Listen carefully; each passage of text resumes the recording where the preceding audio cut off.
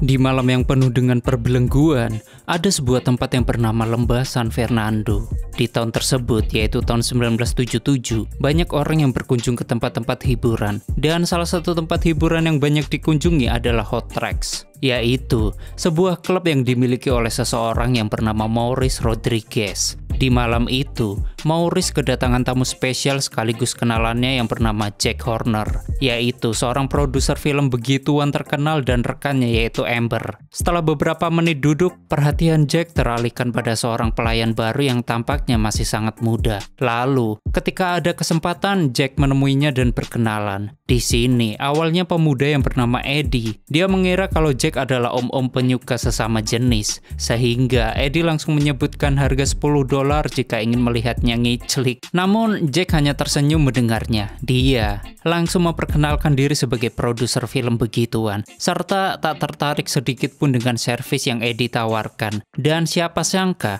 ternyata Eddie juga pernah membaca artikel yang membahas tentang Jack. Bahkan, ia bisa menyebutkan 2 judul film yang dibuat oleh Jack yang tentunya. Hai para people, balik lagi dengan saya Faiz Ura yang pastinya akan menghibur kalian dengan channel pemersatu kelurahan yang akan menghibur kalian dengan film-film begitulah. Namun sebelum ke story, tolong support channel ini dengan menekan subscribe, like, dan share kemana saja agar kami terus semangat membuat story film permintaan kalian. Dan intro. Saat ini aku sedang berjalan-jalan ke masa depan, pakai roket sampai roblai, dompet macet, tetap ngefly.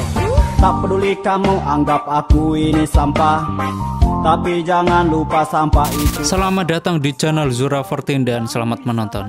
Setelah itu Jack mengajak Eddie untuk ngobrol di mejanya. Namun Eddie menolak dengan alasan masih jam kerja. Eddie sendiri, dia merupakan pemuda yang masih berusia 17 tahun dan dia tinggal di Torrent, yaitu sebuah kota kecil yang lumayan jauh dari San Fernando. Sedari kecil Eddie sangat ingin menjadi aktor film. Oleh karena itu di kamarnya banyak sekali dipajang poster-poster aktor idolanya. Ya seperti Al Pacino, Bruce Lee, dan masih banyak lagi. Di luar itu Eddie adalah anak nakal yang tak mau sekolah. Bahkan ibunya beberapa kali mengingatkan supaya Eddie kembali melanjutkan sekolahnya. Namun Eddie tak pernah mau mendengarkannya. Di malam selanjutnya, Jack berhasil mengajak Eddie ngobrol. Di sini ada Amber dan seorang perempuan muda yang bernama Maya. Jack kemudian menjelaskan tentang bagaimana ia membuat sebuah film, serta apa saja kriteria aktor yang ia butuhkan supaya filmnya disukai orang-orang. Lalu Jack mengatakan Eddie punya badan yang cocok untuk menjadi aktor. Dan menurut informasi yang ia dapat, Eddie juga punya stamina yang hebat saat berada di ranjang. Jack berencana mengajak Eddie masuk ke dalam timnya, namun sebelum itu, Eddie diminta terlebih dahulu gituan dengan Maya, sedangkan Jack ingin melihatnya secara langsung.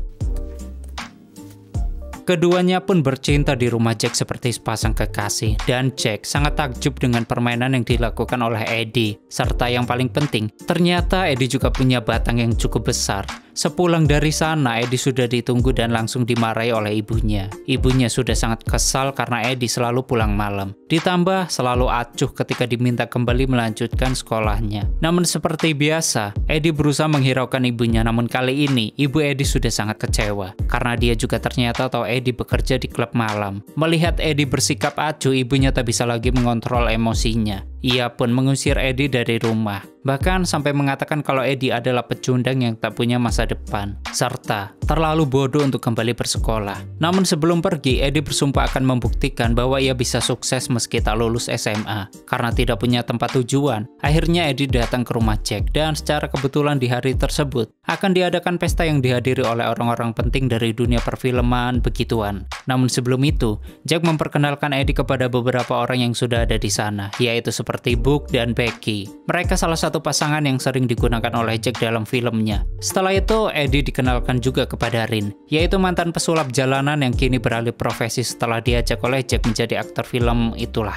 Tak lama kemudian halaman rumah Jack menjadi semakin ramai. Orang-orang berpesta di sana. Ada yang ngumpul di kolam renang, ada juga yang ngobrol di meja sambil menikmati narkoberry. Di sini tampak Maurice juga hadir dan mengobrol dengan Amber. Maurice rupanya tertarik ingin menjadi aktor, lalu meminta Amber untuk membujuk Jack supaya mengajaknya. Sementara itu, Eddie sangat menikmati pesta tersebut. Bahkan berkenalan dengan beberapa orang yang nanti akan membantu karir aktingnya. Dan puncaknya, Jack memperkenalkan Eddie kepada seorang pria yang bisa dipanggil kolonel. Dia adalah orang yang membiayai seluruh produksi film atau bisa dikatakan juga sebagai sponsor utama. Pada pertemuan pertama itu, Kolonel malah ingin melihat barang Eddie yang menurut Jack sangat besar. Dan ketika melihatnya, Kolonel hanya bisa terdiam. Lalu berkomentar bahwa Jack mengatakan yang sebenarnya. Sebelum pergi, Kolonel meminta agar Eddie mengganti dan mencari nama panggung yang bagus. Lalu setelah pesta selesai, malamnya Jack bergabung dengan Rain dan Eddie yang sedang berendam. Mereka pun mengobrol tentang keseruan pesta tadi siang. Di sini, Eddie mengatakan dia sudah punya nama panggung yang bagus. Eddie sangat yakin bahwa ia ingin menggunakan nama Dark Diggler, yaitu sebagai nama panggungnya. Karena menurutnya nama tersebut sangat keren dan mudah diingat.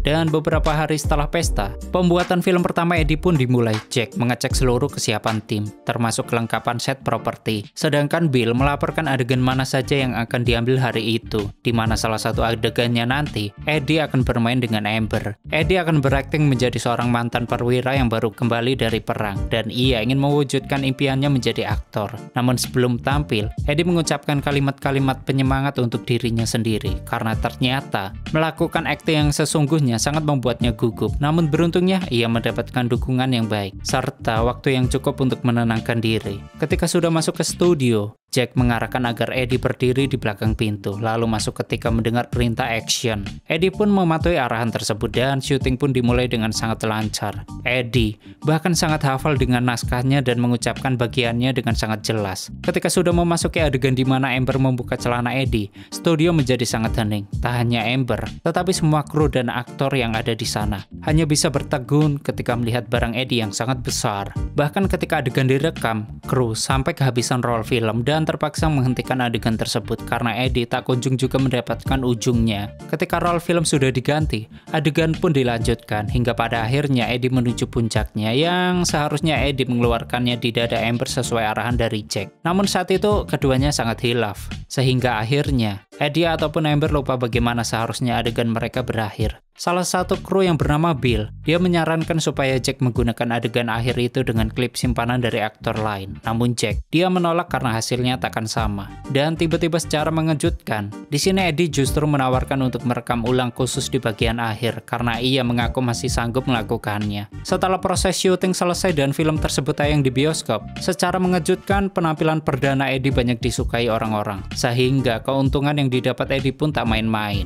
Ia bersama teman-temannya menghabiskan ratusan dolar demi membeli kebutuhan sehari-hari, termasuk pakaian mewah yang serba mahal. Keberhasilan itu pun dirayakan juga di klub langganan Jack yaitu Hot Racks milik Maurice. Dan kali ini, di sini Eddie bukan lagi sebagai pekerja, melainkan sebagai seorang aktor terkenal. Jack bersama seluruh timnya dan juga Kolonel, mereka merayakan pencapaian film Eddie dengan minum bersama. Semua orang tidak ada yang menyangka film tersebut bisa laku dengan cepat, bahkan memberikan keuntungan yang di luar dugaan. Tak lama kemudian Eddie kembali membintangi film yang diproduksi oleh Jack, namun kali ini Eddie dipasangkan dengan Maya. Di film kedua ini tampaknya Eddie sudah mulai biasa dengan aktingnya, dan hal tersebut ternyata semakin membuat penampilan Eddie disukai banyak orang. Film kedua pun laris manis di pasaran dan dalam sekejap saja, Eddie yang merupakan pendatang baru menjadi idola banyak orang. Namanya menjadi perhatian di industri film begituan, serta sering ditulis di koran dan majalah. Semua orang mengagumi Eddie yang masih muda dan penuh energi, terutama ketika melakukan adegan panas. Pundi-pundi dolar pun Eddie dapatkan, tidak hanya dari aktor saja, tapi juga dari model untuk majalah ataupun iklan. Kini penampilan Eddie jauh lebih keren dan sudah seperti aktor-aktor terkenal yang dulu hanya bisa Eddie lihat lewat sebuah poster di kamar kecilnya. Popularitas Eddie melejit dengan sangat cepat, bahkan di dalam sebuah acara penghargaan industri film begituan, Eddie menang beberapa kategori yang diantaranya aktor pendatang baru terbaik, aktor terbaik di tahun tersebut, dan juga aktor dengan batang terbaik. Pada akhir 70-an, Eddie kembali membintangi film yang disutradarai oleh Jack. Kali ini,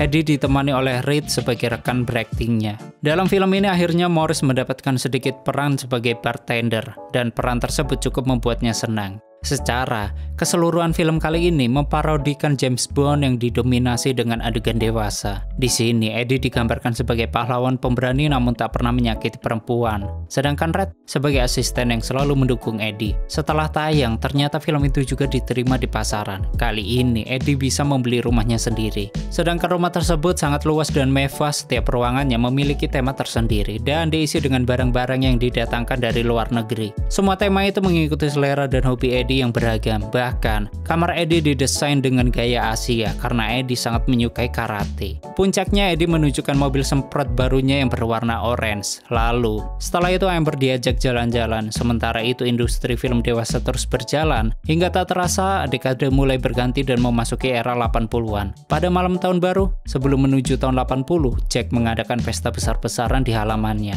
Pesta itu dihadiri oleh banyak aktor dan orang-orang terkenal termasuk kolonel. Selain kolonel, seorang tamu penting juga tiba-tiba muncul di pesta tersebut, yaitu Floyd Gondoli. Gondoli sendiri, dia merupakan pengusaha pemilik beberapa bioskop di San Diego dan San Francisco. Yang ternyata, Gondoli datang ke sana karena ada urusan bisnis dengan Jack. Gondoli ingin mengabarkan bahwa sebentar lagi, bioskop yang berisi film-film dewasa akan turun pamor, dan menyarankan Jack untuk memproduksi filmnya menggunakan kaset. Hal tersebut dikarenakan orang-orang sudah mulai memiliki layar proyektornya sendiri, dan Gondoli akan membantu Jack mendistribusikan kaset-kaset tersebut, hingga keduanya mendapatkan untung yang besar. Sayangnya, Jack menolak usulan tersebut dan bersumpah tak akan membuat filmnya dalam bentuk kaset. Ia bersikukuh untuk mempertahankan filmnya dalam bentuk roll dan ditayangkan di bioskop-bioskop terdekat. Lagi pula, Jack ternyata curiga jika Gondoli hanya ingin mendapatkan keuntungan lebih dari penjualan kaset. Ia pun menyudahi percakapannya, lalu mengatakan bahwa percakapan itu bisa jadi tak berlanjut sampai kapanpun.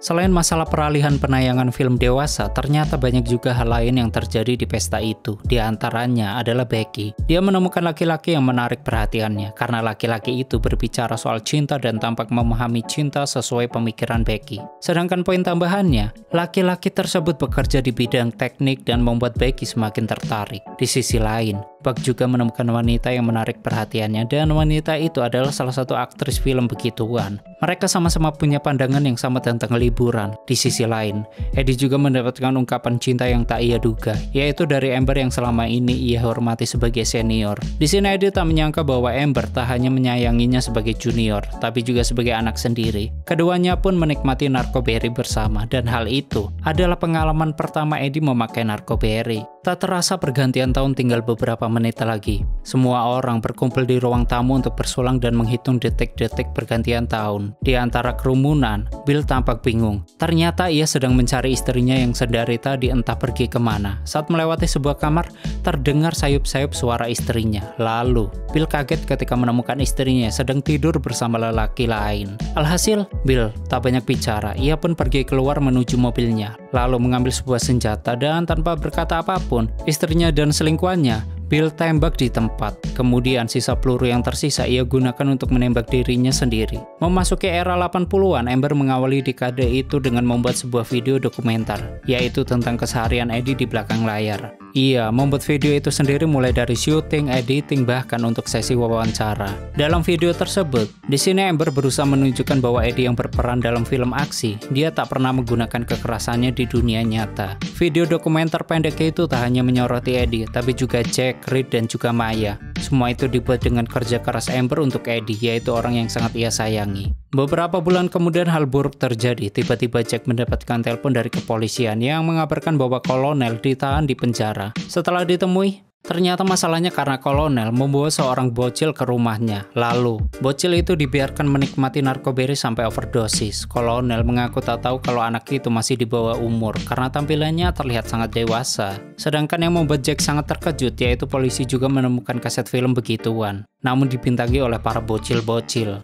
Kaset film itu hanya untuk dinikmati saja. Sedangkan dari cerita tersebut, Jack bingung harus membela kolonel atau membiarkannya, karena Jack sendiri sangat tak suka dengan pemanfaatan anak-anak. Dan tak lama kemudian telepon terputus yang menandakan jam besuk selesai. 2 tahun setelah penangkapan kolonel, tepatnya pada Desember tahun 1982, Akhirnya Becky menikahi pria yang ia temui di pesta pergantian tahun. Ia mengundang seluruh kru produksi dan para aktor serta aktris yang bekerja pada Jack. Dalam pesta tersebut, Becky mengumumkan akan berhenti dari industri film begituan. Lalu, dia akan pindah ke Bakersfield bersama suaminya. Alhasil, semua orang berbahagia untuk Becky tak terkecuali Eddie. Namun kebahagiaannya berubah menjadi kekesalan ketika ia melihat Jack sedang mewawancarai seorang pemuda. Di sini, Eddie sangat yakin pemuda itu akan segera debut sebagai aktor baru. Eddie langsung menunjukkan sikap acuh lalu pergi dari sana ketika diminta untuk berkenalan. 1 bulan kemudian setelah pernikahan, Eddie semakin sering menggunakan narkoberry bersama teman barunya yaitu Todd. Hal tersebut sebenarnya tak disukai oleh Jack karena ketika Eddie menggunakan narkoberry, justru aktingnya sering mengecewakan. Namun, Eddie yang merasa dirinya seorang bintang, dia tak pernah mau mendengarkan apa perkataan Jack. Lalu, tiba-tiba Eddie datang dan memaksa supaya syuting segera dimulai. Tentu saja hal itu tak bisa dilakukan karena persiapan belum sepenuhnya selesai. Ditambah, Jack juga melihat Eddie dalam pengaruh narkoberry. Pada saat itu, Jack baik-baik meminta Eddie untuk beristirahat dulu di rumah sambil menunggu set selesai. Namun, Eddie malah emosi karena merasa dirinya diusir. Eddie kemudian memaksa Jack untuk memilih antara dirinya atau aktor baru. Alhasil, aktor baru itu pun tak terima dan hampir terjadi baku hantam di antara mereka. Sedangkan Jack yang sudah hilang kesabaran, ia pun akhirnya memecat Eddie. Bukannya sadar, di sini Eddie malah mengutuk semua orang yang ada di sana dan berkata bahwa Jack takkan bisa apa-apa tanpanya. Setelah kejadian tersebut, Eddie akhirnya banting setir dari aktor menjadi penyanyi. Pada Maret tahun 1983, ia menyewa sebuah studio rekaman dan membayar orang untuk membuatkan lagu. Di sini, Eddie mencoba masuk ke dapur rekaman. Namun suaranya sangat fals dan banyak nada yang tidak enak didengar. Di kondisi yang sudah tak ada lagi pemasukan, kini Eddie bersama teman-temannya masih terus menggunakan narkoberry bahkan hampir setiap hari. Mereka mengkonsumsi barang tersebut di rumah Eddie. Kecanduan itu membuat Eddie kehabisan uang karena seluruh tabungannya ia habiskan hanya untuk pesta narkoberry. Eddie tak menyadari uangnya terkuras habis. Bahkan untuk menebus hasil rekaman lagunya saja, Eddie sudah tak punya cukup uang. Bukannya menyadari kesalahannya, Eddie dan Reed malah marah-marah kepada pemilik studio yang pada akhirnya Eddie pun diseret keluar dari sana karena nyaris menghajar si pemilik studio. Selain Eddie, Buck juga mencoba peruntungan lain setelah keluar dari industri film begituan.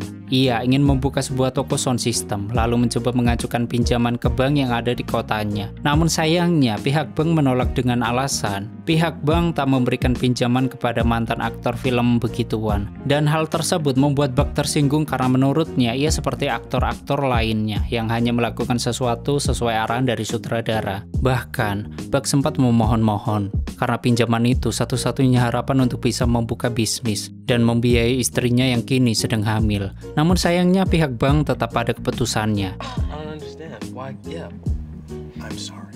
Ketika banyak mantan aktornya yang terlilit masalah, ternyata hanya Jack yang berhasil bertahan. Ia akhirnya menerima saran dari Gondoli, yaitu untuk mendistribusikan film lewat kaset dengan modal dari Gondoli. Jack hampir memperbarui semua peralatan syuting hingga hasil gambarnya lebih jernih dan berwarna. Film Eddie sebelumnya yang sempat terhambat itu pun dilanjutkan oleh aktor baru, dan nyatanya masih disukai oleh para penonton. Karena aktor baru tersebut selain masih muda seperti Eddie, dia juga punya batang yang besar dan stamina yang hebat. Kini demi narkoberry, apapun dilakukan oleh Eddie, termasuk menjual harga dirinya. Ia dijemput oleh seorang pria yang ingin melihat Eddie memainkan batangnya sendiri ketika di tempat sepi. Hal tersebut pun dilakukan, namun tak lama kemudian, beberapa orang datang dan langsung menghajar Eddie sampai babak belur.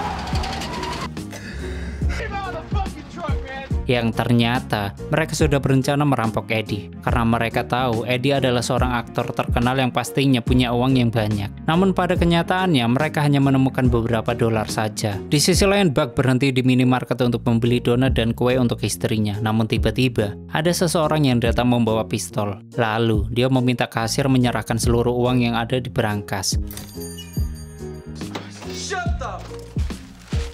Saat itu, Buck hanya bisa pasrah dan mengangkat tangannya. Namun di seberangnya, ada seorang pria bertopi justru memulai mengeluarkan pistolnya. Di sini Buck berusaha mencegah pria tersebut, namun perampok tersebut justru menduga Buck berusaha melawannya. Beruntung pria bertopi dengan cepat menembak perampok tersebut hingga terkapar. Di tengah ketakutannya, Buck melihat uang hasil rampokan yang dijatuhkan si pelaku. Ia pun berpikir sejenak dan memutuskan untuk mengambil uang tersebut lalu kabur. Di sisi lain, Eddie semakin terancam miskin dan tak punya penghasilan. Todd akhirnya menyarankan ide yang cukup gila, yaitu menipu kenalannya papanya yang seorang pecandu tapi kaya raya. Todd berniat menjual narkoberi palsu yang aslinya baking soda. Eddie dan Reed awalnya khawatir karena kalau sampai narkoboy itu dicoba, sudah pasti mereka bakal ketahuan. Namun Todd di sini meyakinkan mereka bakal aman. Ditambah uang yang bisa mereka dapatkan juga tidak sedikit, yaitu $5.000.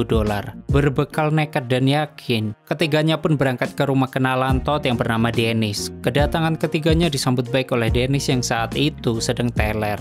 Mereka pun mulai bertransaksi dan benar saja Dennis tak mencobanya. Narkoberi itu langsung diserahkan kepada anak buahnya, sedangkan Todd menerima bayaran sesuai permintaan yaitu $5.000. Sebenarnya mereka tinggal pergi dan menikmati hasil penipuan itu, tapi di luar dugaan. Di sini Todd ingin lebih, ia malah memaksa Dennis menyerahkan semua uang yang ada di rumahnya. Alhasil, suasana di rumah itu pun menjadi tegang ketika Todd menodongkan pistolnya kepada Dennis.